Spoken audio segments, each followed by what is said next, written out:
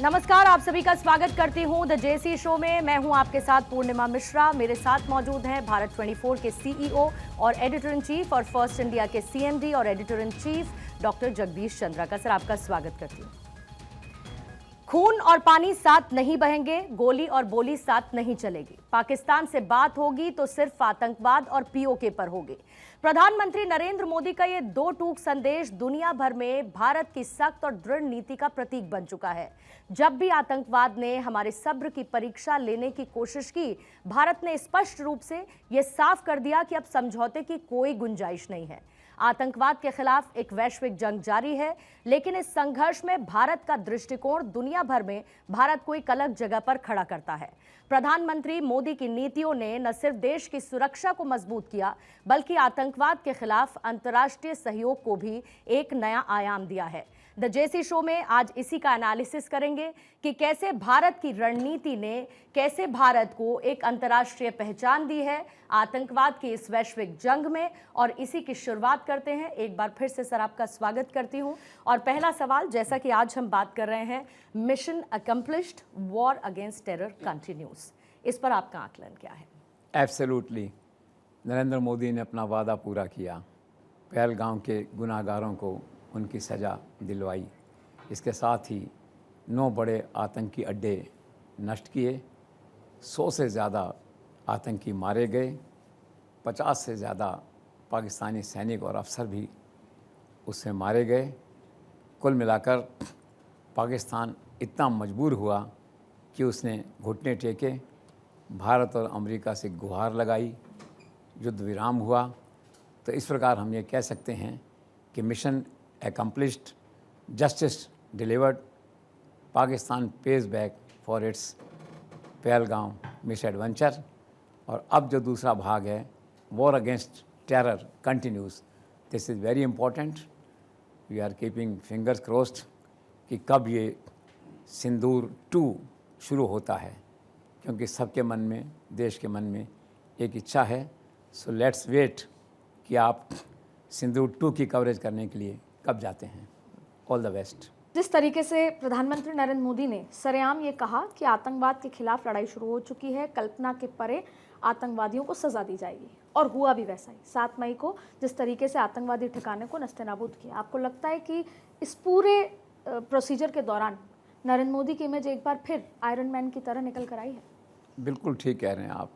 Iron man थे, लेकिन जिसे कहते हैं रीब्रश हुई है इस सारे ऑपरेशन में, जो है आयरन मैन माना गया उनको।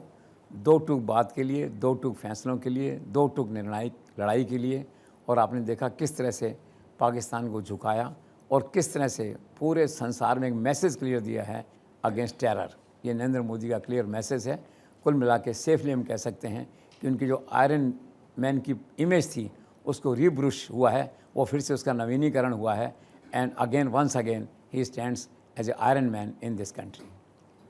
सर, ऑपरेशन सिंदूर की रणनीति बनने में और उसे पूरी तरीके से एग्जीक्यूट करने में नरेंद्र मोदी एक प्रधानमंत्री के तौर पर तो रहे ही, लेकिन साथ में एक आर्मी कमांडर की तरह नजर आए। आपके पास इसको लेकर क्या राय? Yes, he is also acted as an army commander.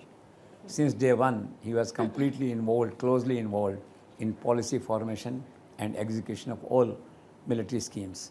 सारे आर्मी जनरल्स के साथ उनका सीधा संवाद था। राष्ट्रीय सुरक्षा सलाहकार, डिफेंस सेक्रेटरी, होम सेक्रेटरी, सबके साथ उनका सीधा संवाद था। वो सारी डिसीजन मेकिंग प्रक्रिया में, प्रोसेस में इन्वॉल्व थे। उन्होंने आर्मी को फ्री हैंड दिया, आर्मी में उन्होंने अपना भरोसा जताया और ये कहा कि I believe in total trust with total delegation. उनको फैसले करने की पूरी छूट दी गई। और एक बात और महत्वपूर्ण है कि नरेंद्र मोदी आर्मी में बेसिकली बहुत पॉपुलर हैं, राइट फ्रॉम जवान टू जनरल। वो लोग उनकी बहुत रेस्पेक्ट करते हैं, बड़ा स्नेह रखते हैं उनके साथ में, उन्हें प्यार करते हैं। कल पंजाब के आदमपुर में नरेंद्र मोदी सैनिकों के बीच पहुंचे और जिस तरह से उनका स्वागत हुआ, सैनिकों में उत्साह था, वो देखते ही बनता था। और एक बात और है, आपने देखा होगा कि आर्मी जनरल की ड्रेस में वो बहुत अच्छे लगते हैं, लोग उन्हें पसंद करते हैं। He looks very impressive. तो कुल मिला के आप ये कंक्लूड कर सकते हैं कि प्रधानमंत्री के साथ साथ इस सारे ऑपरेशन में ही also acted as an efficient and brilliant army general also.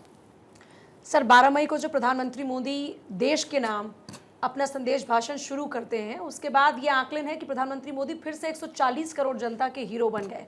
क्या आप इस आकलन से सहमत हैं? बिल्कुल इस आकलन से सहमत हैं। 140 करोड़ लोगों के वो हीरो बने हैं। एक्चुअली क्या लोगों के मन में थोड़ा गुस्सा था युद्ध विराम के बाद। शायद नरेंद्र मोदी खुद भी पूरी तरह से संतुष्ट नहीं थे, या मन में एक कसक उनके भी रही होगी कि युद्ध विराम थोड़ा जल्दी हो गया। सबके मन में ये भावना थी कि पाकिस्तान को एक बार और पीटना है, जिसे कहते हैं एक और ठुकाई पाकिस्तान की ड्यू है। इसी बीच में युद्ध विराम हो गया। इसीलिए नरेंद्र मोदी ने लोगों की नब्ज़ को समझा। लोगों की नब्ज़ की उन्हें बहुत अच्छी पहचान है।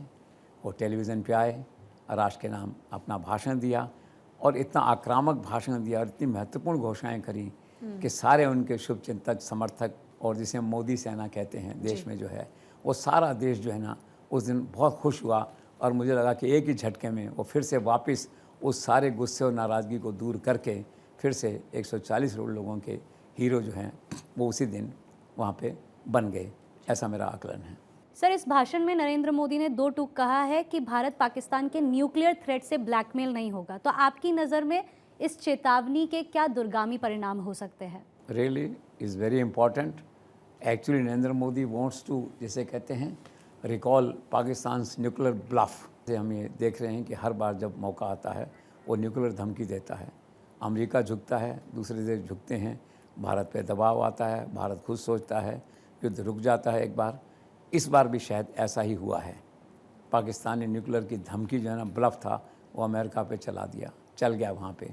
और इधर हालात ऐसे हुए कि पाकिस्तान आर्मी भी चाहती थी भारत से कि युद्ध विराम हो, तो हुआ। तो नरेंद्र मोदी के मन में एक कसक है कि अगली बार ऐसा नहीं हो, अमेरिका जो है उसके ब्लैकमेल में नहीं आए इस तरह से। तो कुछ ऐसा करो कि ये जो थ्रेट है न्यूक्लियर की हमेशा के लिए पाकिस्तान की ख़त्म हो जाए। अब सवाल ये कि ख़त्म कैसे हो, तो बड़ा गंभीर प्रश्न है। ऐसा मैकेनिज़्म हो आर्मी के पास कि न्यूक्लियर विमान उड़ने से पहले उनको वहाँ नष्ट कर दें। खैर ये आर्मी से रिलेटेड क्वेश्चंस हैं, टेक्निकल सवाल हैं, लेकिन विषय गंभीर है। नरेंद्र मोदी बहुत सीरियस हैं। इसलिए मुझे लगता है कि आने वाले दिनों में उनके न्यूक्लियर एस्टेब्लिशमेंट को इनइफेक्टिव करने के लिए, डिफ्यूज़ करने के लिए भारत कोई न कोई बड़ा फैसला या कोई न कोई बड़ी रणनीति या कोई बहुत बड़ा मैकेनिज़्म जो है भारत तैयार करेगा, ऐसी आशा की जाती है। लेकिन नरेंद्र मोदी की थ्रेट सीरियस है और वो इस बात के लिए आमदा हैं कि अगली बार जो है पाकिस्तान को ब्लफ नहीं चलने देना है। Let's see. सर, बड़बोले ट्रंप ने पूरा जो प्रकरण था इसमें सबसे इम्पोर्टेंट श्रेय लेने की कोशिश की कि युद्ध विराम का श्रेय हमको जाता है। फिर कश्मीर जो मामला है उसमें मध्यस्थता का प्रस्ताव रखते हैं, लेकिन प्रधानमंत्री मोदी के भाषण में उन्होंने इन तमाम बातों को सिरे से खारिज कर दिया। आप इसे कैसे देखते हैं? Is really very unfortunate and immature on the part of Trump. He has no business to declare himself as a self-styled ambassador or peacemaker or mediator between India and Pakistan. देखा जाए तो he has seriously embarrassed his dear friend Narendra Modi. अब नरेंद्र मोदी जब खुद घोषणा करने वाले थे, पाकिस्तान घोषणा करने वाला था, तो 10 मिनट पहले आप ट्वीट कर देते हैं, उसका श्रेय लेते हैं। This is professional misconduct on the part of Trump. फिर राष्ट्र के नाम नरेंद्र मोदी भाषण देने जाते हैं, आप 10 मिनट पहले फिर दूसरा ट्वीट कर देते हैं। What is this?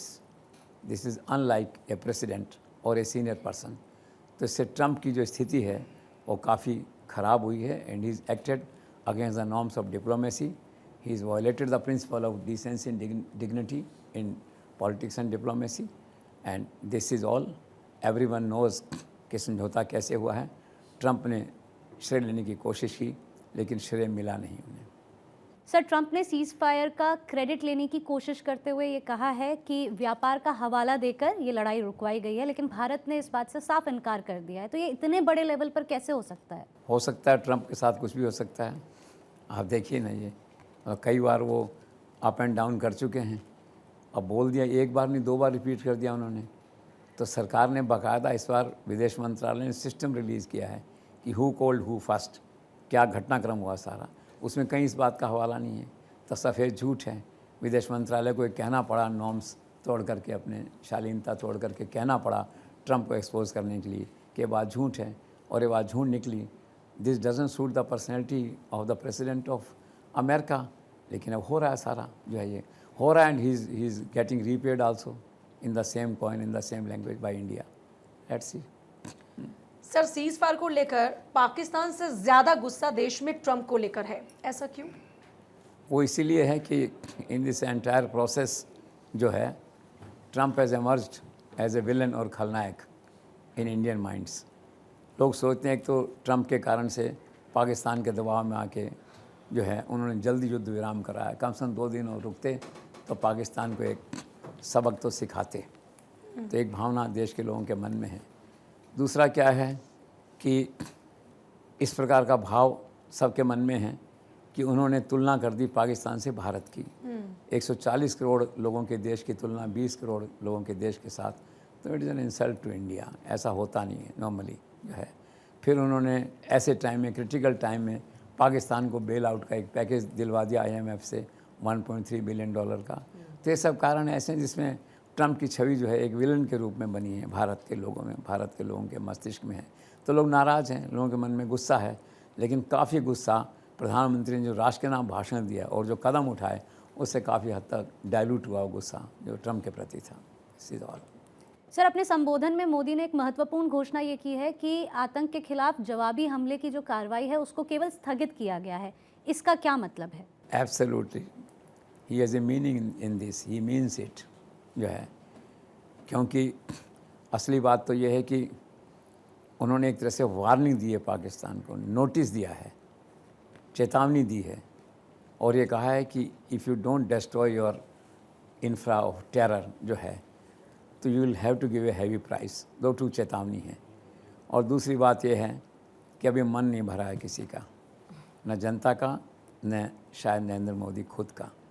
सबके मन में कसक है कि पाकिस्तान को पूरा सबक नहीं सिखाया गया है, इसलिए हर किसी को एक पहली गोली चलने का इंतज़ार है।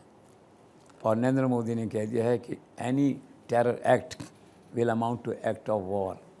और ये भी उन्होंने कहा है कि गोली का जवाब गोले से देंगे। तो बस उस गोली का इंतज़ार है। तो देश के लोगों को भी इंतज़ार है कि मन नहीं भरा है सबका।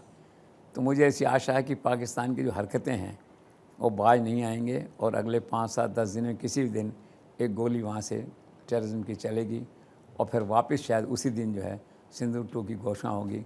और देश के लोग जो चाहते हैं वो उनकी उम्मीद जो है नरेंद्र मोदी फिर से पूरी करेंगे, ऐसा मेरा आकलन है। शायद इसी कड़ी में सर प्रधानमंत्री नरेंद्र मोदी ने 2 और बहुत गंभीर बातें कही हैं, चेतावनी दी है पाकिस्तान को। एक ये कि terror, talks and trade can not go hand in hand. Second, blood and water can not flow together. अब ऐसी स्थिति में जो ये क्लैरिटी ऑफ माइंड है प्रधानमंत्री नरेंद्र मोदी का, ये जो दृढ़ निश्चय है, इसको आप कैसे देखते? It has to be appreciated. उन्होंने सही कहा कि trade and terror can't go together. तो उन्होंने पाकिस्तान के साथ व्यापार बंद कर दिया है, सारे निर्यात, आयात, बंदरगाह व्यापार सब बंद कर दिया है। और जो बात कही है कि water and blood can't flow together, तो देखिए वो पानी बंद पड़ा हुआ है। जो इंडस समझौता है जो वो एज इट इज़ है, उसमें कोई परिवर्तन नहीं है। तो वो जो उन्होंने कहा है वो उन्होंने किया है and he serious on this front. This is all. Sir, Modi ने ये भी कहा है कि पाकिस्तान से अब जब बात होगी तो आतंक और POK पे होगी। क्या लगता है मोदी के मन में क्या चल रहा है? मोदी के मन में वही है जो 140 करोड़ लोगों के मन में है कि जल्दी से जल्दी POK पे कब्ज़ा करना है, वो भारत का हिस्सा, उसको रिकैप्चर करना है। उनके मन में ये है। और फिर क्या है कि कुछ समय से माहौल भी इस तरह का बन रहा है पूरे देश में। पिछले 6 महीने से तो बिल्कुल कैलकुलेटेड मूव है। अमित शाह कह रहे हैं, JP नड्डा कह रहे हैं, रक्षा मंत्री कह रहे हैं और सब लोग कह रहे हैं कि POK वापस लो। यहाँ तक कि ओवैसी भी कह रहे हैं कि POK वापस लो। नरेंद्र मोदी खुद कह रहे हैं कि मुझे कोई बात नहीं करनी, वापस POK लेने के अलावा मुझे से किसी से कोई बात नहीं करनी जो है। तो मानस बन चुका है और अवसर का इंतज़ार है कि अब जैसे ही सिंदूर ऑपरेशन 2 चालू होता है तो it will be very curious to watch कि अब की बार जो हमला है या जो एंट्री है या जो पाकिस्तान को सबक सिखाने का काम है वो POK से शुरू होता है नहीं। बाकी अल्टीमेट लगता है मुझे कि चूँकि नरेंद्र मोदी जो ठान लेते हैं, अमित शाह जो ठान लेते हैं, होता है तो आज नहीं तो कल मुझे लगता है बचे 3.5 वर्षों में ये लोग POK तो शायद लेके ही रहेंगे। Let's see. सर, प्रधानमंत्री नरेंद्र मोदी ने अपने भाषण में बहुत सारी बातें कही। उसके अलावा प्रधानमंत्री ने पाकिस्तान के खिलाफ आतंक की इस लड़ाई में और भी महत्वपूर्ण संकेत दिए हैं। इसको लेकर आपके पास कोई जानकारी है? हाँ, उन्होंने मोटी मोटी बातें कही हैं। देखो, सबसे पहले तो उन्होंने एक तरह से कहा है भी वो जो था कि आतंक का जवाब बहुत दृढ़ता से देंगे और हम रेस्ट्रेन रखेंगे, पहली गोली नहीं चलती तो अगर चलेगी तो वही गोली का जवाब गोले से देंगे। दूसरी बड़ी बात उन्होंने कही है कि हम इस बार डिफरेंशिएट नहीं करेंगे आतंकी और जो सपोर्ट कर रहा है गुनाहगार देश उसको जो प्रोटेक्ट कर रहा है उसको। इसका मतलब है कि आतंकी के साथ साथ पाकिस्तान के खिलाफ भी सरकार कार्रवाई करेगी, ऐसा इनका मानना है। तीसरा फिर उन्होंने आतंक के लिए कह दिया है कि जो एक्ट है कोई भी आतंक का वो एक्ट अगेंस्ट जो है ना कंट्री माना जाएगा, एक तरह से वॉर माना जाएगा। और फिर उन्होंने कहा कि न्यूक्लियर ब्लैकमेल जो है ना मैं बर्दाश्त नहीं करूँगा। इस तरह की 2-4 बातें उन्होंने कही हैं जो सब जगह वही एक संदेश है 1 to Z जो है कि नरेंद्र मोदी गुस्से में हैं, वो निर्णायक मुद्रा में हैं और इस बार अगर आतंक की फिर कोई घटना होती है तो उसका बहुत ही बीफिटिंग रिप्लाई जो है वो नरेंद्र मोदी देंगे। ये कुछ महत्वपूर्ण घोषणाएं हैं। सर, मोदी ने पाकिस्तान को ये नेक सलाह दी है कि वो अपने यहाँ पर चल रहे टेरर यूनिवर्सिटीज़ को बंद कर दे। क्या लगता है पाकिस्तान भारत की इस सलाह को मानेगा? देखो, भावलपुर और मुरीदके में पाकिस्तान में टेरर यूनिवर्सिटी तो चल ही रही हैं, ग्लोबल यूनिवर्सिटी कह रहे हैं उनको कि ग्लोबल टेरर यूनिवर्सिटीज़ हैं। नरेंद्र मोदी के पास इसका इनपुट है, फीडबैक है और इसीलिए उन्होंने सलाह दी है पाकिस्तान को। अब लेट्स सी कि पाकिस्तान इस सलाह को मानता है क्या। पाकिस्तान का ट्रैक रिकॉर्ड तो ये कि शायद वो सलाह को नहीं मानेगा तो नेक्स्ट टारगेट ये 2 जगह हो सकती हैं, मोदी के रडार पे होंगी दोनों जगह जो है। तो अगली जो लड़ाई जब भी होगी या अगला आतंक का जो जवाबी कार्रवाई भारत करेगा, देखते हैं ये 2 स्थान उसमें कवर होते हैं कि नहीं। सर, कांग्रेस के 2 सीनियर लीडर पी चिदम्बरम और शशि थरूर दोनों ही आजकल प्रधानमंत्री मोदी की युद्ध नीति की खूब तारीफ कर रहे हैं। क्या ये आने वाले कल का कोई संकेत है? देखो, नरेंद्र मोदी का आभा मंडल ही ऐसा है, अच्छे चले आते हैं उसमें। चिदम्बरम ने कहा है कि मैं जो सेलेक्टिव टारगेट है आतंकी अड्डों को नष्ट करने का नरेंद्र मोदी की जो पॉलिसी है मैं उसका समर्थन करता हूँ। और उन्होंने कहा कि पॉलिटिकल इंटरेस्ट डिफरेंट हैं और नेशनल इंटरेस्ट डिफरेंट हैं। तो चौंका है आला कमान चिदम्बरम जैसे व्यक्ति की इस भाषा को देख के जो है। फिर इसी तरह से थरूर का है, पिछले दिनों केरल में एक पोर्ट का उद्घाटन था, प्रधानमंत्री गए थे, केरल के मुख्यमंत्री भी थे इस बार वहाँ उनके साथ। उनकी बेटी का केस भी चल रहा है शायद दिल्ली में जो है, और उसी में शशि थरूर भी वहाँ पे थे। तो उसको देख के शशि थरूर को मोदी के साथ तो नरेंद्र मोदी ने एक व्यंग किया था कि बहुत से लोगों का चिंता की लकीरें आ गई होंगी या बहुत से लोगों का स्वाद खराब हो गया होगा ये फ़ोटो देख के जो है। तो कई लोग तब से कहने लगे हैं कि ये जो थरूर हैं ये मोदी के प्रवक्ता हैं या कांग्रेस के नेता हैं। तो इन दोनों पे इस तरह की बात चल रही है। तो लेट्स सी कौन कब कहाँ चला जाए मोदी के आभा मंडल में, कहा नहीं जा सकता। लेकिन बहरहाल इन दोनों कांग्रेस नेताओं ने मोदी की पॉलिसी को, मोदी की वार पॉलिसी को ओपनली सपोर्ट करके सबको चौंकाया है। सर, संसार में ऑपरेशन सिंदूर का क्या मैसेज गया है? वो बड़ा क्लियर मैसेज है। पहला मैसेज ये कि zero tolerance on terrorism and Narendra Modi lays down a new principle of counter terrorism जिसे कह सकते हैं, और he lays down a new principle, a new normal against terror in India, against Pakistan. तो ये मैसेज बड़ा क्लियर है। सेकंड ये है कि सारे संसार को उन्होंने बताया है कि भाई मैं बैठूंगा नहीं, अगर वहाँ से गोली चलती है तो गोले से जवाब दूंगा, वही वाला जो दृढ़ निश्चय उनका। तीसरा उन्होंने ये भी कहा है कि जो टेरर को जो पनाह देते हैं लोग लाइक पाकिस्तान एंड ऑल जो है, उन पे भी एक्शन करूँगा मैं टेररिस्ट के साथ साथ। तो सीरियस वार्निंग है और पूरे वर्ल्ड के अंदर जो है ना टेररिज्म के अगेंस्ट एक स्ट्रॉन्ग लीडर की इमेज जो है वो नरेंद्र मोदी की बनी है इस सारे प्रोसेस में। This is a fact. Sir, आखिर इस युद्ध विराम की इनसाइड स्टोरी क्या है? पाकिस्तान इतना ज़्यादा मजबूर क्यों हो गया अमेरिका और भारत के सामने गुहार लगाने के लिए कि सीज़फायर कर दो? ये सारी इनसाइड स्टोरी बिल्कुल क्लियर है, लेकिन ट्रंप ने इसको उलझाने की कोशिश की, अपना क्रेडिट लेने की कोशिश की, लेकिन अब विदेश मंत्रालय ने मिनट टू मिनट का सारा डिटेल जारी किया है, हु फाउंड हुम, हु टॉक टू हुम। तो जो जानकारी अभी तक अवेलेबल है उसके हिसाब से ये है कि जब इंडियन एयरफोर्स ने पाकिस्तान के जो एयर डिफेंस सिस्टम थे उनको नकारा किया, उनके एयरपोर्ट्स को बहुत सीरियसली डैमेज किया और उनको आशा थी कि अगले 24 घंटे में भारत कोई बड़ा हमला करने वाला है। तो तुरंत वही जो उनका ब्लफ है न्यूक्लियर थ्रेट का, वो वहाँ के जनरल मुनीर ने सुना है कि फ़ोन किया सीधा अमेरिका के विदेश मंत्री को और कहा कि हम परमाणु हमला कर सकते हैं। तो विदेश मंत्री ने इसको माना अलार्मिंग इंटेलिजेंस, जो धमकी इनकी पुरानी है, जो ब्लफ है, अमेरिका इनके ब्लफ में आ गया। वो भाग के पहुँचे ट्रंप के पास कि साहब परमाणु युद्ध हो सकता है, लाखों लोग मारे जा सकते हैं। तो ट्रंप ने कहा कि ठीक है, आप इंटरवीन करो, युद्ध विराम कराओ। इसी के पैरेलल क्या घटनाक्रम हुआ कि सुबह 10:30 बजे के आसपास जो पाकिस्तान का डायरेक्टर जनरल मिलिट्री ऑपरेशन है, उसने मैसेज भेजा भारत वाले काउंटर पार्ट को कि भी हम बात करने के इच्छुक हैं, युद्ध विराम कर सकते हैं। तो मीटिंग में था इंडियन काउंटर पार्ट, और 3:30 बजे उनकी बातचीत हुई उससे। तो इन्होंने सीनियर लीडरशिप के सामने अपना प्रस्ताव रखा कि पाकिस्तान बात करना चाहता है, युद्ध विराम करना चाहता है। इससे पहले कि नरेंद्र मोदी कोई फैसला करते तो 5:25 पे ही जो है ट्रंप ने ये ट्वीट कर दिया कि मैंने बड़े प्रयास से रात भर जाग के मेहनत करके लाखों लोगों की ज़िंदगियां बचाने के लिए इनमें समझौता करा दिया है। That was very poor in taste. तो समझौता तो हो रहा था, लेकिन इस तरह से हुआ। ट्रंप बीच में कूदे, और सच है कि झूठ है, उन्होंने श्रेय लेते हुए, और एक बार नहीं 2 बार श्रेय लेते हुए ट्वीट किया। सेकंड बार वो बड़ा मतलब क्या कहना चाहिए, बड़ा रूड था और बड़ा मतलब इंसल्टिंग टाइप डेरोगेटरी लैंग्वेज थी कि मैंने वार्न किया उन दोनों को, अगर आप नहीं करेंगे तो मैं आपका व्यापार बंद कर दूंगा, करोगे तो व्यापार मैं आपका बढ़ाऊंगा। तो ऑल दिस फुलिश टॉक्स जो है ये, लेकिन इनसाइड स्टोरी ये है कि Trump has basically nothing much to do in this entire exercise.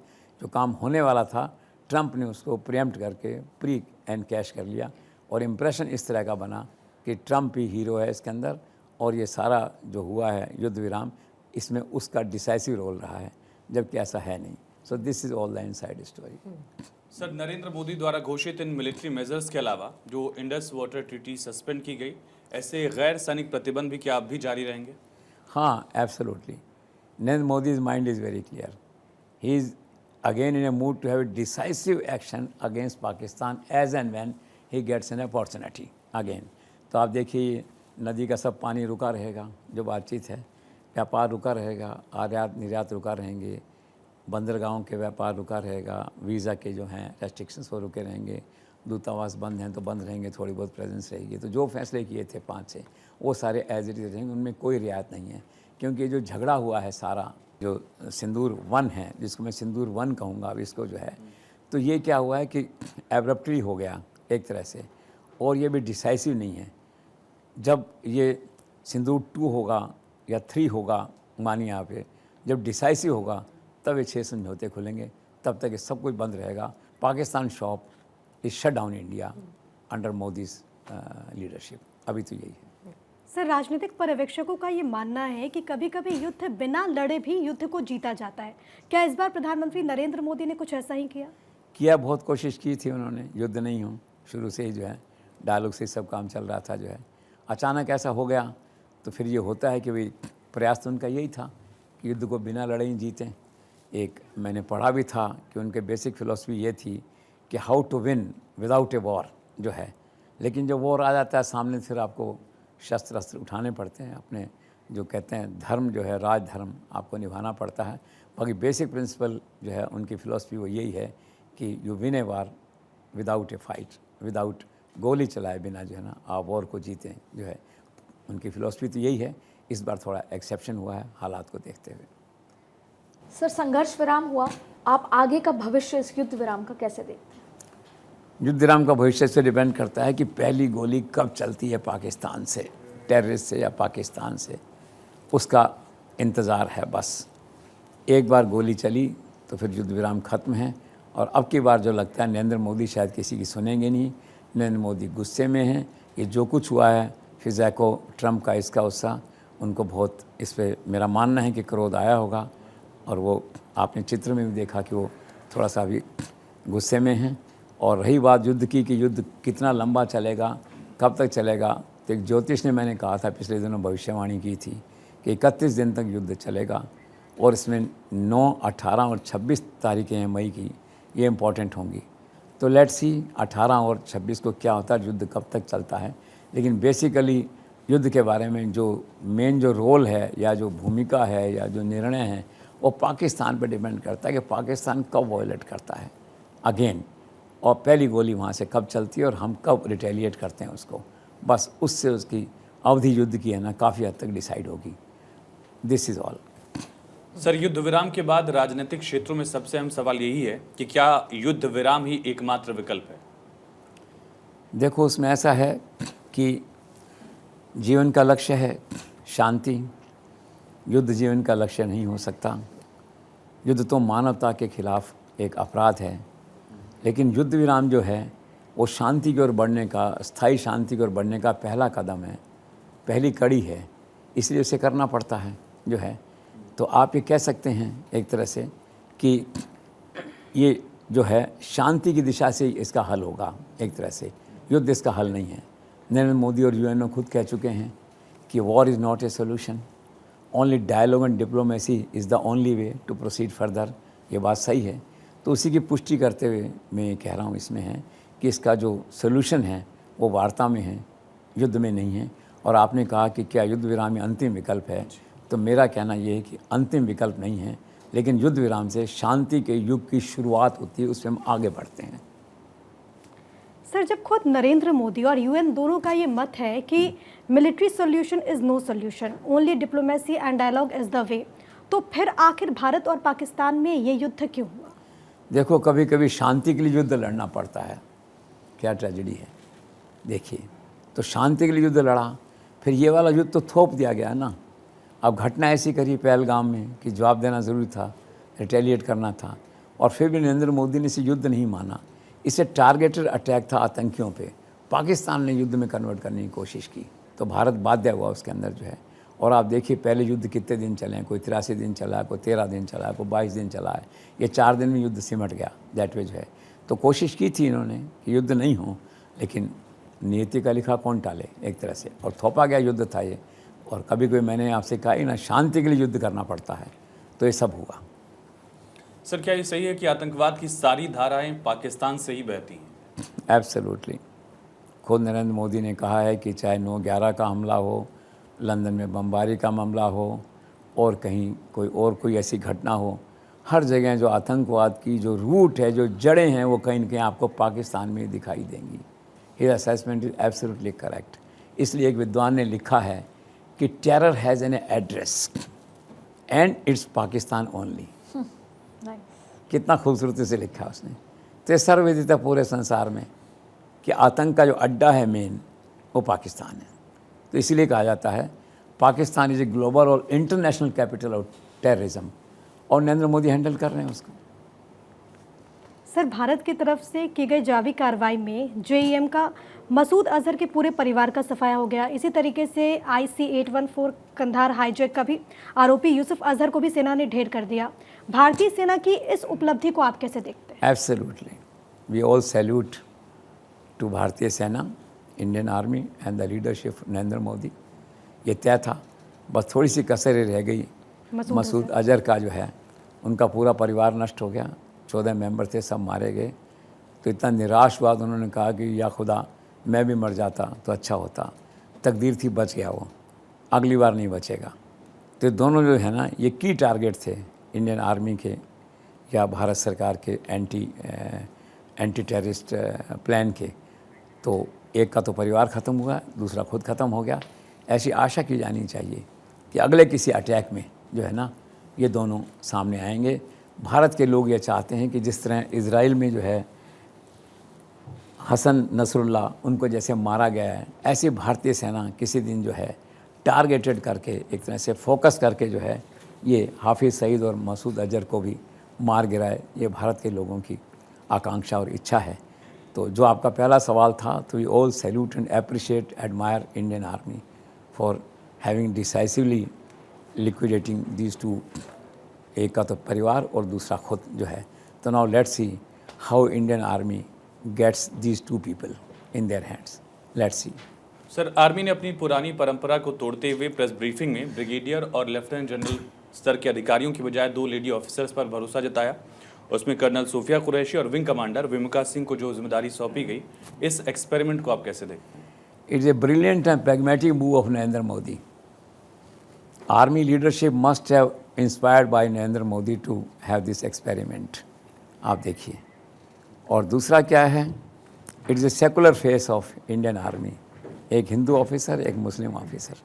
बड़ा अच्छा मैसेज गया इसका पूरे देश में, हिंदूज हैं, मुस्लिम्स हैं। मुस्लिम समुदाय में मुझे डेफिनेट इन्फॉर्मेशन है, बहुत खुशी इस बात पे जताएगी, लोग प्रभावित हुए। तीसरा क्या है कि इनका ब्रांडिंग हुआ है दोनों लेडी ऑफिसर्स का, और यंग लड़कियां जो हैं आर्मी में आने के लिए प्रोत्साहित होंगी इससे, एक तरह से जो कहना चाहिए। तो ब्रांडिंग हुआ, आज ये कहीं बाज़ार में निकलेंगी तो आप देखिए they have become some sort of a star और टेलीविज़न स्टार, जहाँ जाएंगे लोग इकट्ठे हो जाएंगे उनको देखने के लिए।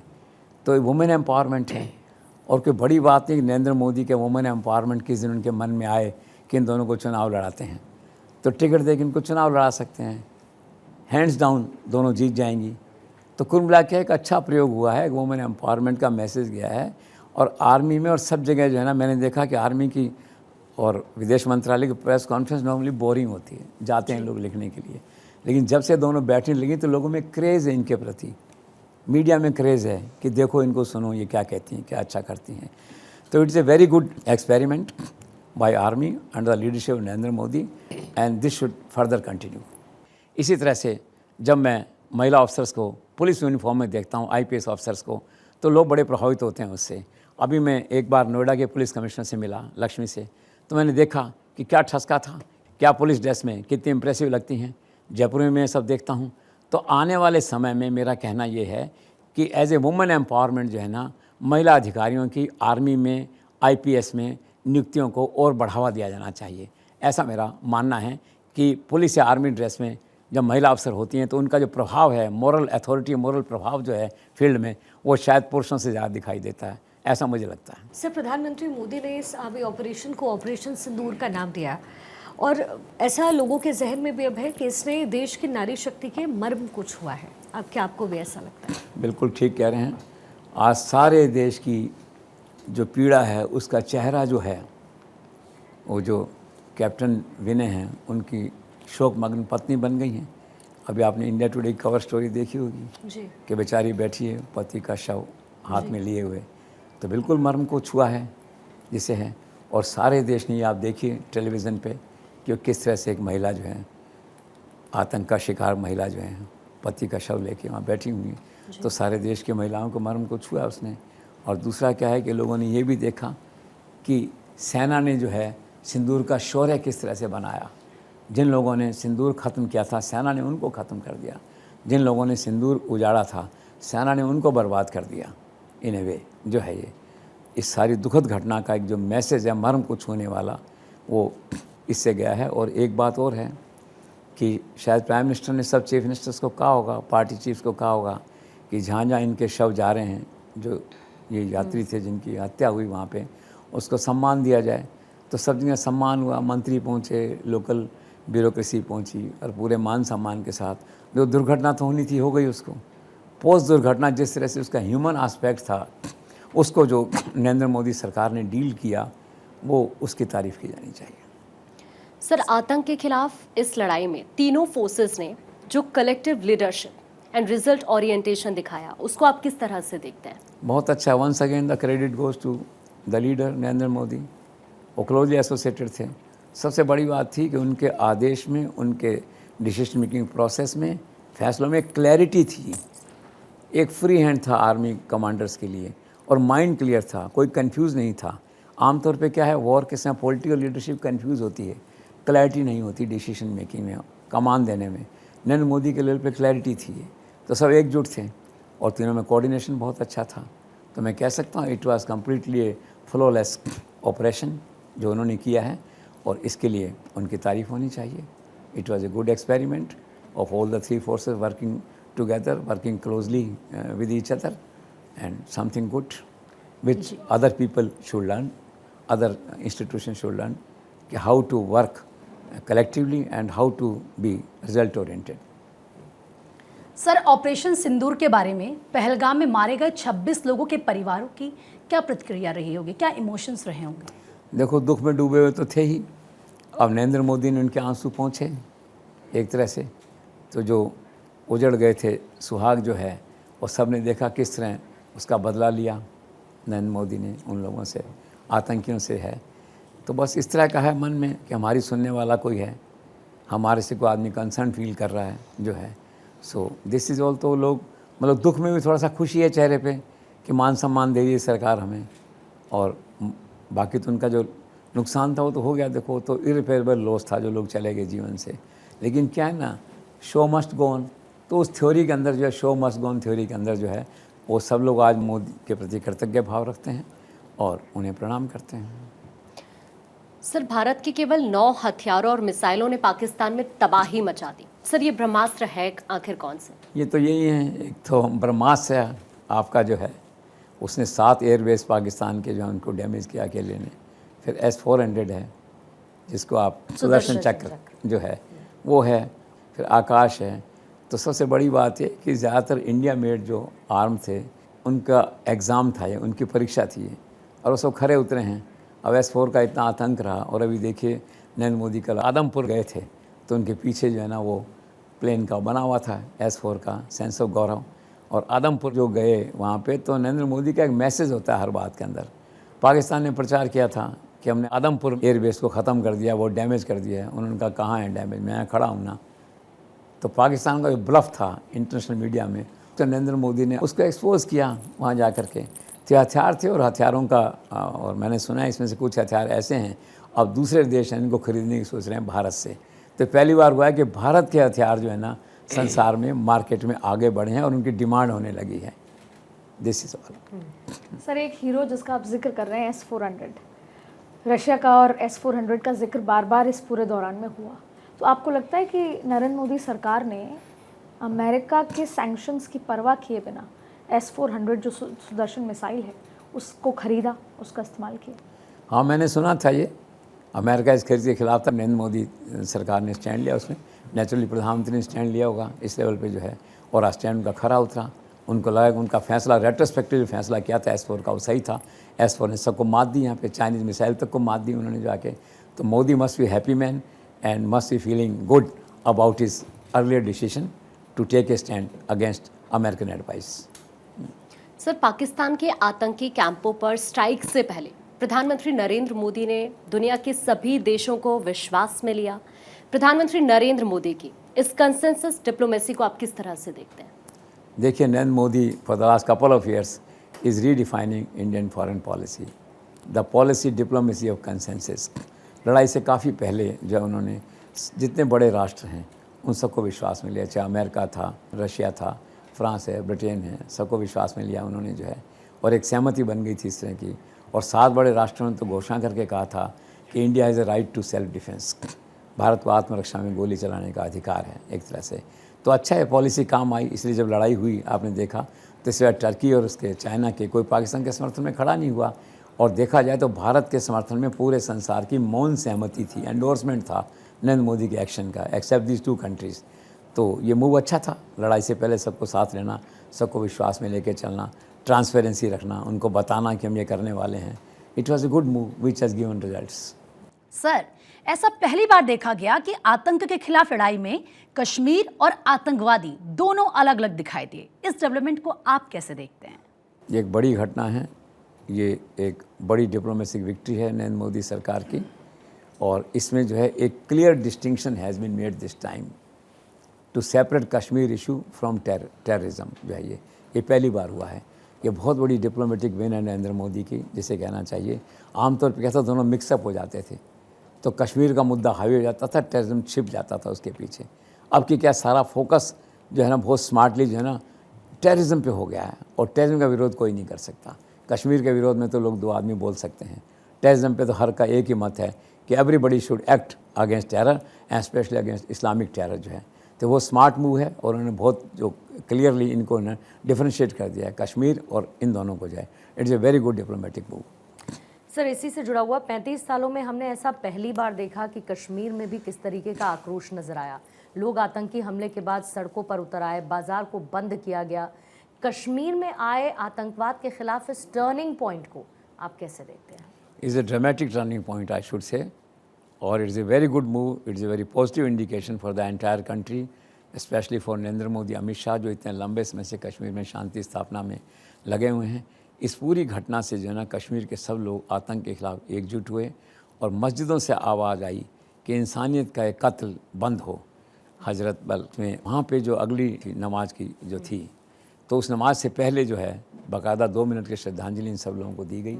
इसके बाद में मीर रवाज, फारूक अब्दुल्ला, इन सब ने एक ही आवाज़ में कहा कि दहशतगर्दी है, इसे बर्दाश्त नहीं किया जाना चाहिए। इसके बाद 28 अप्रैल को जो है वहाँ पे कश्मीर विधानसभा का विशेष सत्र हुआ उसमें प्रस्ताव पारित किया गया दहशतगर्दी के खिलाफ, और मारे गए लोगों के प्रति जो है ना संवेदना और सहानुभूति का प्रस्ताव जो है वहाँ पे पारित हुआ। इसके बाद लोग सड़कों पे निकले, लड़के लड़कियों ने जो ना हाथ में बैनर लेके किए कि स्टॉप इनोसेंट किलिंग्स जो है, terror will never win, United in grief, इस तरह के नारे लेके सब लोग चले। नई सिचुएशन थी वहाँ पे, बाज़ार बंद हुए। आप देखिए जो लोग वहाँ पे होटल चलाते हैं, छोटे कारोबारी, बुनकर, ये सब उसमें शामिल हुए। लकड़ी के नक्काशी पे लोग काम करते हैं वो इसमें शामिल हुए। छोटे छोटे होटल वाले और वो आपके जो शिकारा है वो वाले, हाउस बोट वाले जो हैं, ये सारे लोगों ने मिल कर के शाम को जो है कैंडल जुलूस निकाला। कश्मीर के इतिहास में अद्भुत, और सबका एक ही मैसेज था, हमारे नाम पे ये खून की होली बंद करो, हम तुम्हारे साथ नहीं हैं। तो it is A strategic failure of Pakistan foreign policy and this time strategic victory for Narendra Modi and Amit Shah. आमतौर पे क्या था कि कश्मीर में धारणा थी, और धारणा सही भी थी, कि कुछ एक लोग, एक वर्ग वैसा है जो पाकिस्तान के प्रति एक साइलेंट सहानुभूति रखता था। इस घटना के बाद में सहानुभूति लगभग ख़त्म है। आप मान लीजिए 90% ख़त्म है सहानुभूति। पूरा कश्मीर जो है ना इस एक मुद्दे पे उन आतंकियों के खिलाफ खड़ा हुआ है। तो किसी भी आतंकी घटना को लेके पूरा कश्मीर एक साथ खड़ा हुआ हो, ये 35 साल में पहली बार हुआ है। And the credit goes to the leadership, इसे कहना चाहिए। This is a very good development, is a very good turning point in the politics of Kashmir, which will have long reaching implications. Sir, Pahalgam की इस घटना के बाद अब कश्मीर में टूरिज्म और वहाँ पर हालात नॉर्मल होने की किस तरह की संभावना दिखाई देती है? देखो, संभावना तो इस पे है कि अब जनता का एक तो मूड है, एक तो आजकल क्या करेजियस टूरिज्म भी चालू हो गया है। लोग रिस्क लेके जाते हैं, 20,000 फीट पे खड़ा है, कोई 15,000 फीट पे खड़ा है, कोई मुहाने पे खड़ा है, पानी में बह भी रहे हैं लेकिन फिर भी मर भी रहे हैं, लेकिन फिर भी एक है। तो कुछ एक लोग अभी वैसे हैं जो कहते हैं करेजियस टूरिज्म में बिलीव करते हैं। वो लोग अगर आगे बढ़े और कश्मीर फिर से जाना शुरू किया उन्होंने, तो उन्हें देख के बाकी लोग भी जाना शुरू कर सकते हैं वहाँ पे जो है। और दूसरी बड़ी बात यह है कि अभी तो हालात अच्छे नहीं हैं, 90% होटल की बुकिंग्स कैंसिल हैं, सब ट्रैवल एजेंट बैठे हुए हैं वहाँ पे, और बाज़ार सूने हैं, लोग दुकान पे बैठे हुए हैं तो ग्राहक नहीं हैं, शिकारे वाले खड़े हैं, उनके कर्मचारी बाहर वहीं झील पे बैठे हुए हैं, और रोज़गार नहीं है। अब कितने दिन ये चलेगा देखने की बात है। जबकि श्रीनगर और कश्मीर तो टूरिज़्म का बिल्कुल जिसे कहना चाहिए कि एक गढ़ बन गया था।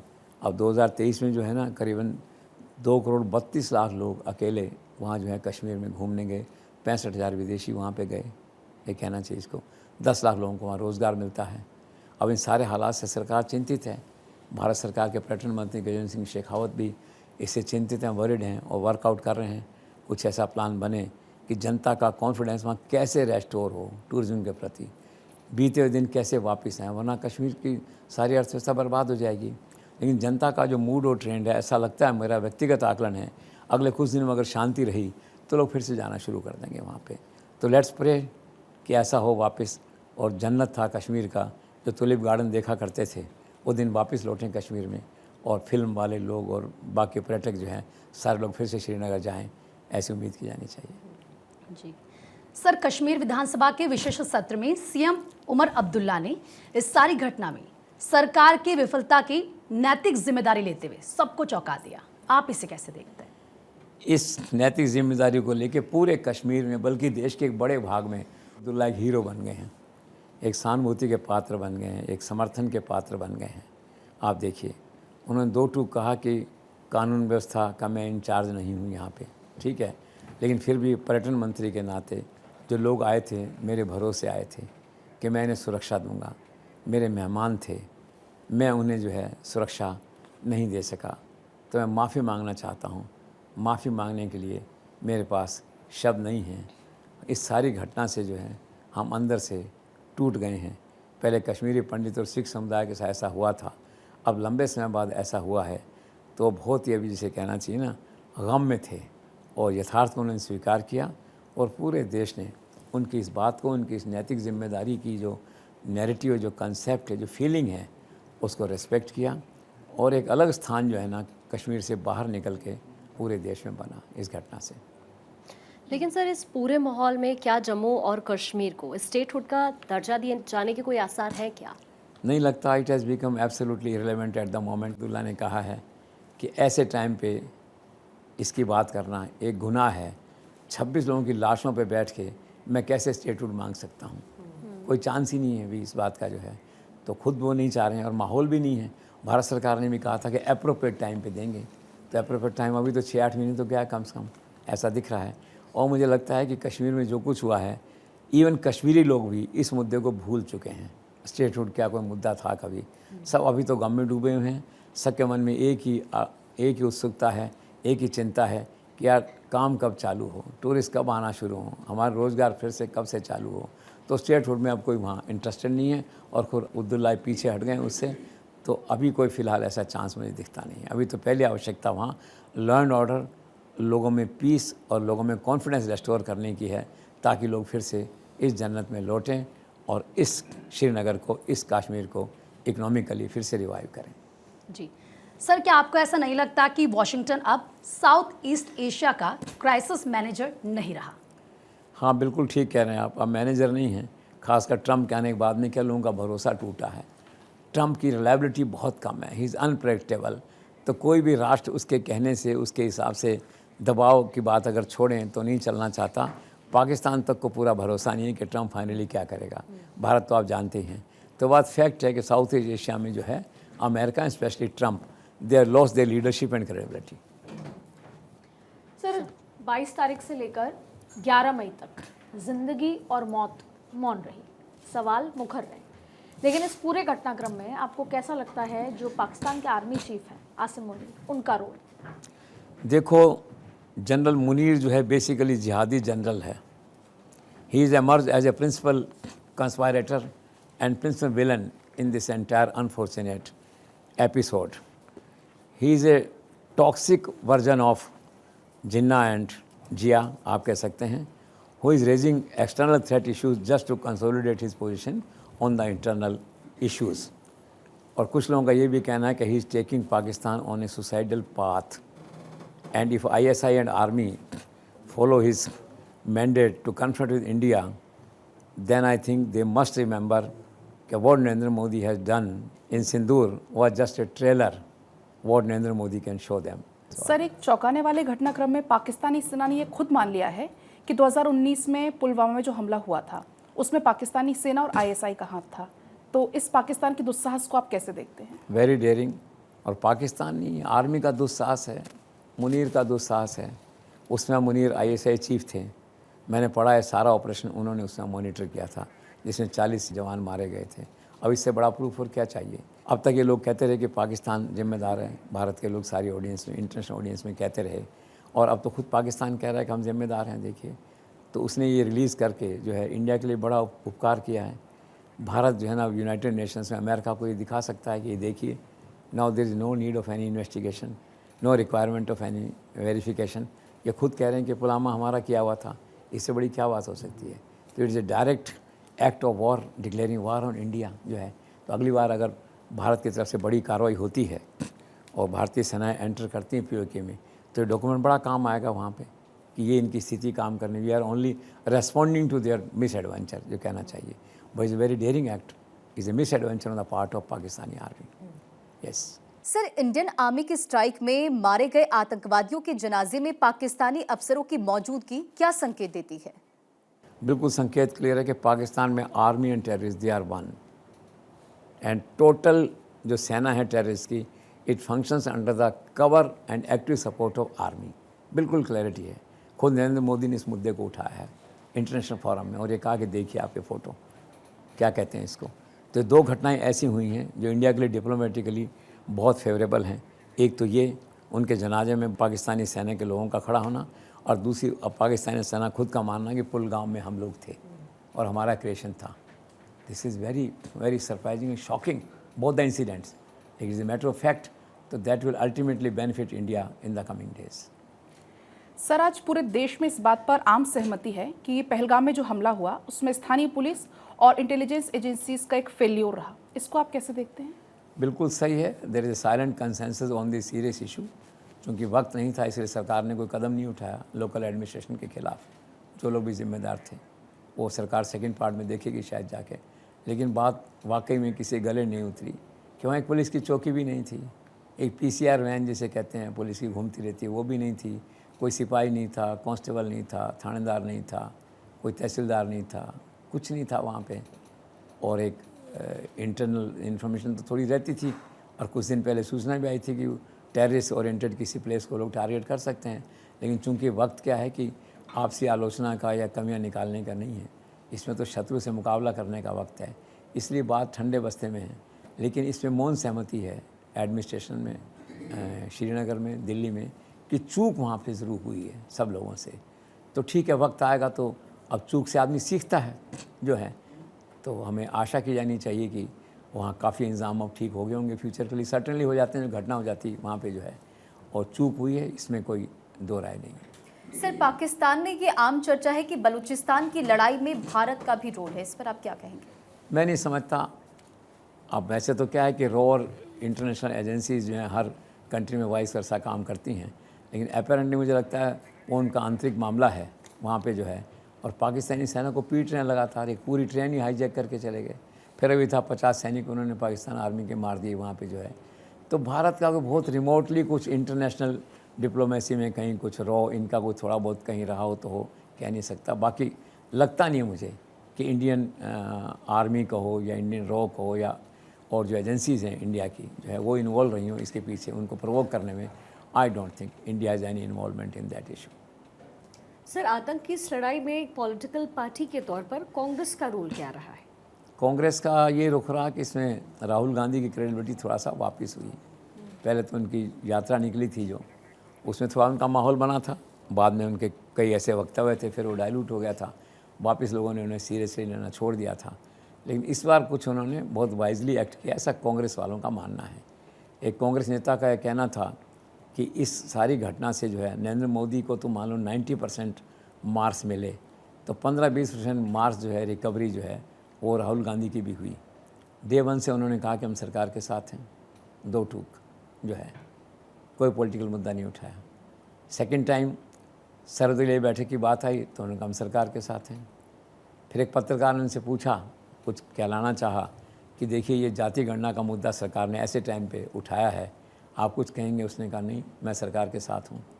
तो कुल मिला क्या है कि कांग्रेस में पर्सनली जो राहुल गांधी है, he has gained in this entire series. Let's see कब तक उनका ये मैच्योर पोस्चर बना रहता है। और राजनीति की बात है तो युद्ध विराम के बाद राजनीति होती है, तो राजनीति में कांग्रेस कह रही है, उन्होंने इंदिरा गांधी का मुद्दा उठाया था, वो चला नहीं ज़्यादा, कोई लोगों ने उसको ग्रहण नहीं किया। मोदी के प्रति आस्था है लोगों की, इसलिए कोई ज़्यादा सुनना नहीं चाहते। 71 की परिस्थितियाँ अलग थी, आज की परिस्थितियाँ अलग हैं। व्यक्ति काम करता है समय देश काल की परिस्थितियों से। At the moment what best could have been done, Modi has done it, so there is no issue. अब कांग्रेस विपक्ष कह रहा है कि एक पार्लियामेंट में बहस होनी चाहिए, अटल जी के टाइम में भी नहीं हुई थी। तो शरद ने ठीक कहा है कि सेंसिटिव इशू है, इसमें बहस नहीं हो सकती। तो अपोजिशन भी डिवाइडेड है, इस मुद्दे पे है। तो कुल मिला के क्या है, कांग्रेस का ठीक ठाक सा रोल रहा था। बात की राजनीति तो वो कर रहे हैं जो है, लेकिन individually Rahul Gandhi I think he is gained to some extent in this entire episode, ऐसा लगा।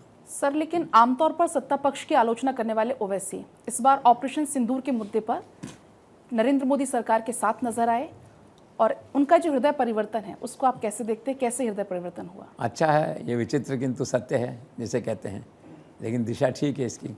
उनकी इमेज का मेकओवर हुआ है पूरे देश में। एक बड़ी संख्या में हिंदू मतदाता भी उनकी तरफ आकर्षित हुए इससे। पीओके के बारे में उन्होंने जो स्टैंड लिया है मोदी के साथ खड़े होने का जो है। और एक राजनीति में क्या है, कुछ भी हो सकता है, जिसे कहते हैं कोई भी चीज़ राजनीति में होती है, कोई स्थायी शत्रु मित्र नहीं होता है ये। लेकिन एक पहले भी कुछ लोग कहते थे कि भाजपा की बी टीम है कहीं कहीं किसी राज्य में, ओवैसी जो है।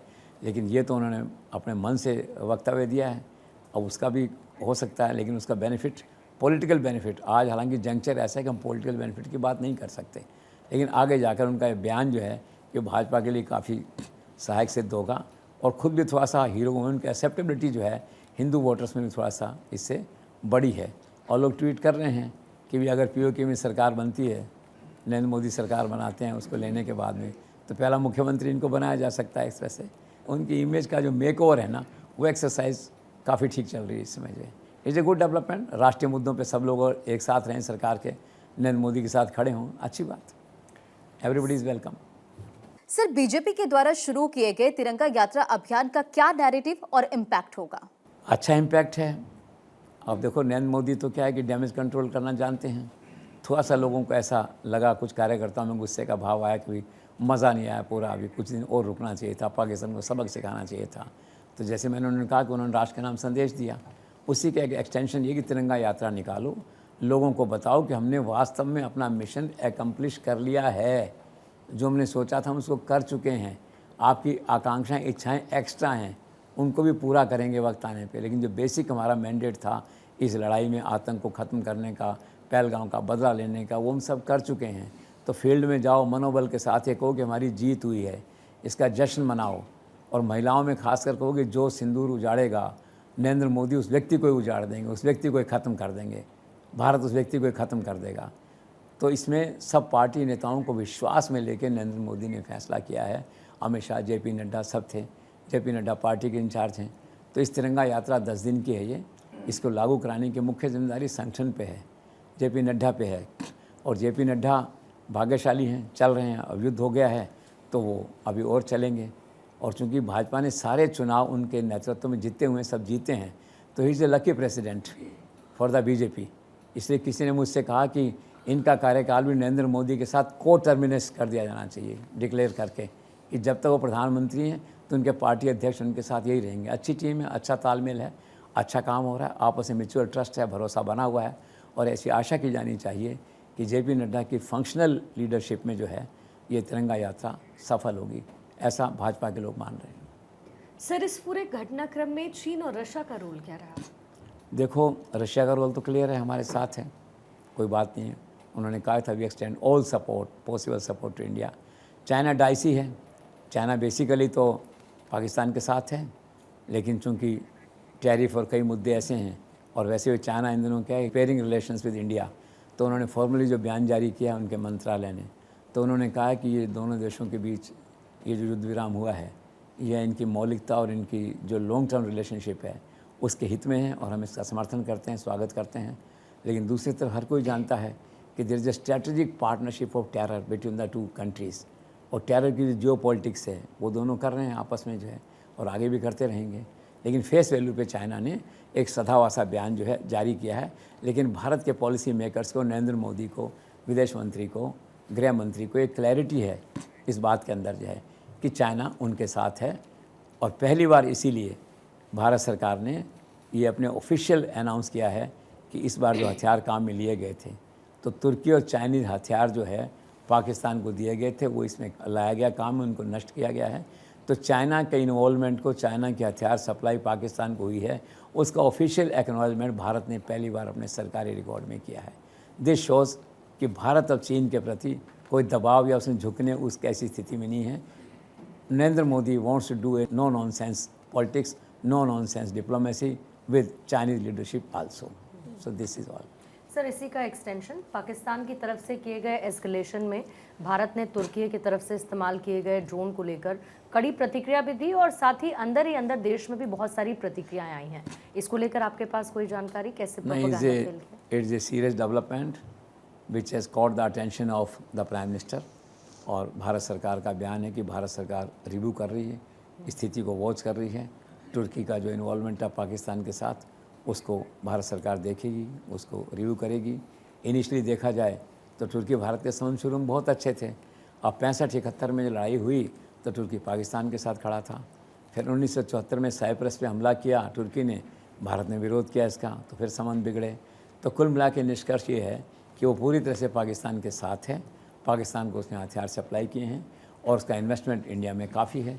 आप देखिए, मैं कहीं पढ़ रहा था कि $13.8 बिलियन का जो व्यापार है दोनों देशों के बीच जो है, ट्रेड जो है वो है, उसको $15 बिलियन करना चाहते हैं। पाकिस्तान के साथ उसका $10 बिलियन का है। भारत में जो कंपनी है टर्किश की 6-7 बड़े कॉरपोरेट कंपनीज़ हैं, उनका जो है सम बता रहे हैं कि $223 मिलियन का इन्वेस्टमेंट इंडिया में है। तो स्टेक्स आर हाई एक तरह से हैं। तो भारत केयरफुली कदम उठाएगा इसमें, और कुछ न कुछ ऐसा करेगा कि भारत और तुर्की जो व्यापारिक रिश्ते हैं, कूटनीतिक रिश्ते हैं, इनको प्रभावित किए बिना उसका जो पाकिस्तान का प्रेम है वो थोड़ा कम हो। तो लेट्स सी आने वाले दिनों में क्या कदम उठाता है भारत। सर, इस पूरे घटनाक्रम में आप केंद्रीय गृह मंत्री अमित शाह, रक्षा मंत्री राजनाथ सिंह और पार्टी के राष्ट्रीय अध्यक्ष जेपी नड्डा, इनके रोल को आप कैसे देखते हैं? इनका रोल की रोल है, they are the principal advisers to the prime minister.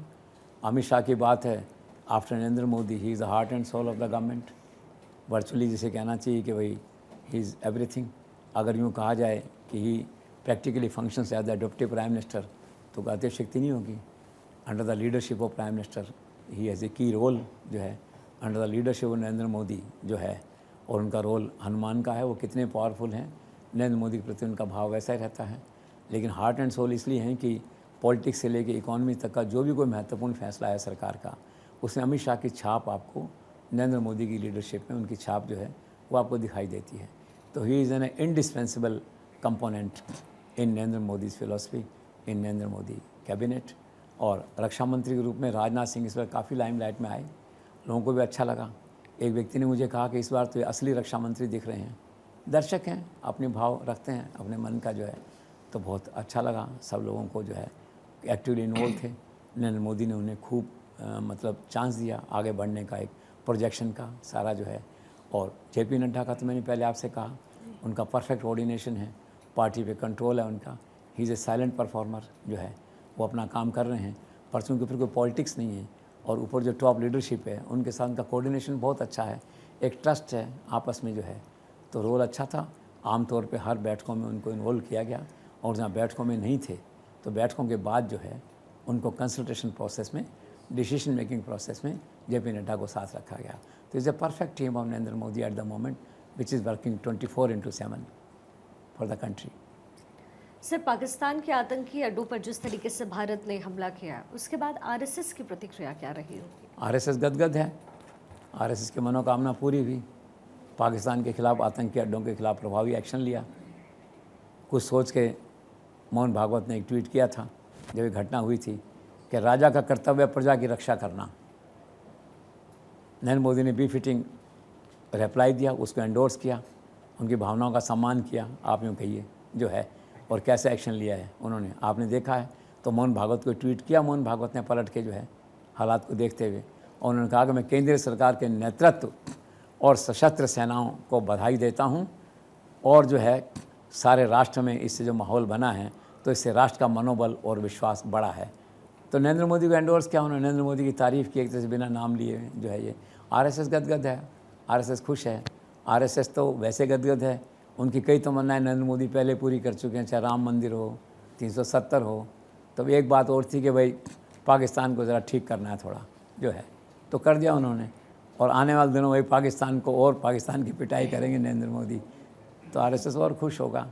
राष्ट्रवादी संगठन है, तो पाकिस्तान जैसे शत्रु राष्ट्र के खिलाफ कोई कार्रवाई करता है तो उनको भी खुशी होती है। तो कुल मिला के इस समय जो है आरएसएस, मोहन भागवत पूरी तरह से नरेंद्र मोदी के साथ खड़े हुए हैं। सर, मोदी राज में जो युद्ध काल रहा उस दौरान भी शेयर मार्केट का जो उछाल है उसको आप कैसे देखते? ये वाकई में अद्भुत है, ये नरेंद्र मोदी का चमत्कार करने वाली बात है। एक मित्र ने कहा कि शेयर मार्केट युद्ध से कोई प्रभावित नहीं होता, आर्थिक घटनाओं से, कंपनियों के लाभ से प्रभावित होता है। मैं उस आकलन से सहमत नहीं हूँ। शेयर मार्केट की सबसे पहली बात होती है पॉलिटिकल स्टेबिलिटी है कि नहीं कंट्री में जो है, और वार के समय शेयर हर हालत में गिरता है। भारत में उतना नहीं गिरा, तो मतलब ये है कि युद्ध के इस माहौल में भी भारत में शेयर मार्केट की ये चढ़ाई है, जो अप स्विंग है, ये हैरान करने वाली है। तो credit again goes to the leadership, जिसे कहना चाहिए।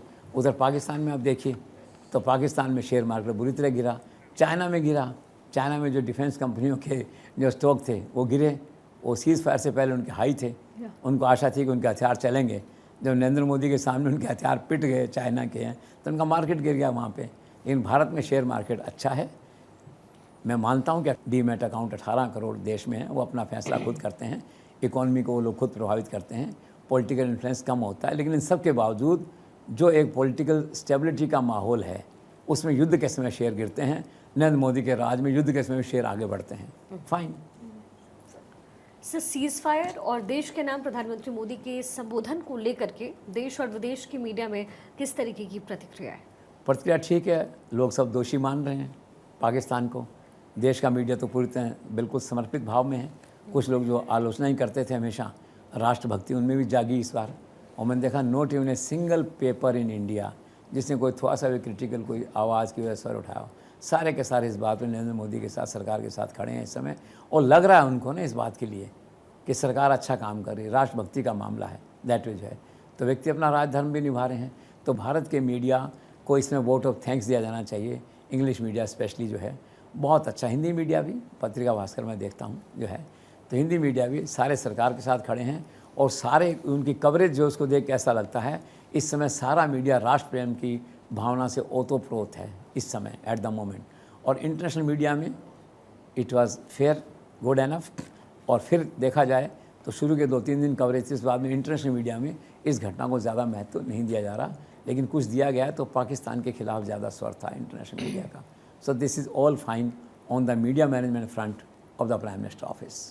तो मैंने एक नई चीज़ देखी, जो मैंने 140 करोड़ लोगों की बात कही थी ना कि वापस नरेंद्र मोदी हीरो हो गए हैं। तो कल बम्बई के एक फंक्शन में था मैं, एक किसी कंपनी डायरेक्टर मिले मुझे, आगे बढ़ के कहा नरेंद्र मोदी को कल सुना आपने?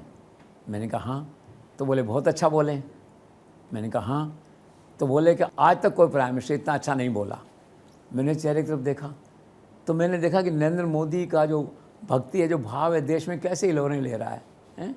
और ये सर्वे करते हैं इंडिया टुडे और कई लोग जो सर्वे करते हैं जिसमें दिखाते हैं कि मोदी 60%, 65%, ये अब हालात बदल गए हैं। मुझे ऐसा लगता है कि प्राइम मिनिस्टर की लोकप्रियता का सही आकलन हुआ ही नहीं है। हमारी भी जो सर्वे एजेंसीज करती हैं शायद प्रॉपरली नहीं कर रही हैं। मुझे ऐसा लगता है कि आज पीएमओ द्वारा स्पॉन्सर्ड कोई भी एजेंसी कोई निष्पक्ष आकलन करे देश में नरेंद्र मोदी की लोकप्रियता, I think it is not less than 80% eight the moment जो है ये। तो एक नई बात थी इसी मीडिया मैनेजमेंट का एक्सटेंशन, जो बात मैंने कही आपसे, कि उस व्यक्ति को सुन के मैं हैरान हुआ कि यार देश में कितने प्रशंसक हैं नरेंद्र मोदी के और जिनका राजनीति से कोई लेना देना नहीं है।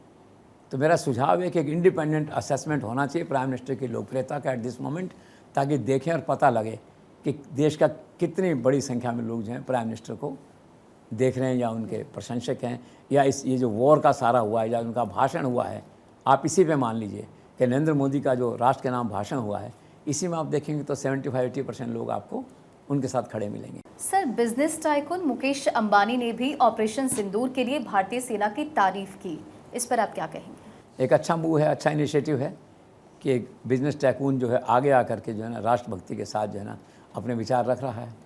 उन्होंने कहा कि सेना के शौर्य का हम सम्मान करते हैं और पूरा देश जो है आतंकवाद का कोई भी स्वरूप हो उसके खिलाफ लड़ने के लिए एकजुट है, हम सब साथ हैं। इज़ ए गुड इनिशिएटिव जो है, फाइन। सर, इस पूरे घटनाक्रम का बिहार के चुनाव पर क्या असर पड़ेगा? हैंड्स डाउन जीत चुके हैं नरेंद्र मोदी बिहार का चुनाव। वो तो पहले भी जीतने वाले थे, लगभग जीत चुके थे। मैं पटना गया था पिछले दिनों, तो मैंने देखा इस सारे शहर का नक्शा बदला हुआ है।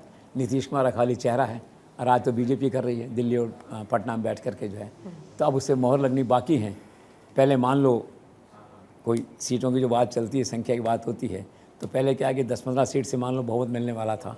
अब हैंड्स डाउन है कि 2/3 बहुमत मिल सकता है। आज के जो हालात हैं, यही हालात अगर बने रहे इस तरह के, तो ऐसा लगता है राष्ट्र प्रेम से हर आदमी ओतप्रोत है। नरेंद्र मोदी 2 बार भाषण देने भी जाएंगे तो काफ़ी है।